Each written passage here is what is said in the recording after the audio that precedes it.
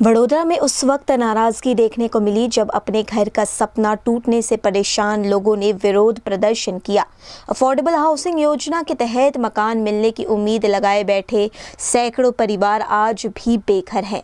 इसी मांग को लेकर स्थानीय लोगों ने अफोर्डेबल हाउसिंग की कचहरी के बाहर प्रदर्शन किया।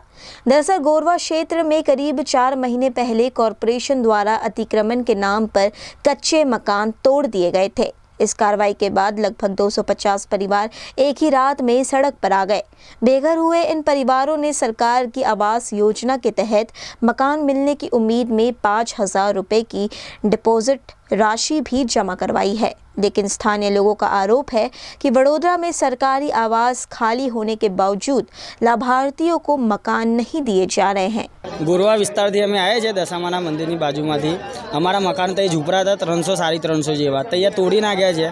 डायरेक्ट आવીને અમને હાથમાં નોટિસો આપી દીધેલી છે કે તમે આ નોટિસ લઈને કે રાવપુરા જાજો, તમને ત્યાં કે તમારે ફોર્મ ભરવાના છે, તમને ઘર મકાન મળી જશે કે આ નોટિસો છે, આ કાગળિયા છે, બધું જ અમારી જોડે પુરાવો છે, બધું જ છે। અહીંયા તો અમને ધક્કા ખવડાય કરે છે, કોઈ સુવિધા છે નહીં। ત્યાં આવીને તોડી નાખ્યા મકાનો। ત્યારે કડકડતી ઠંડીમાં અમે બહાર આવીને 2 મહિના 3 મહિનાના બહાર પડી રહ્યા છે ત્યાં રોડની બહાર।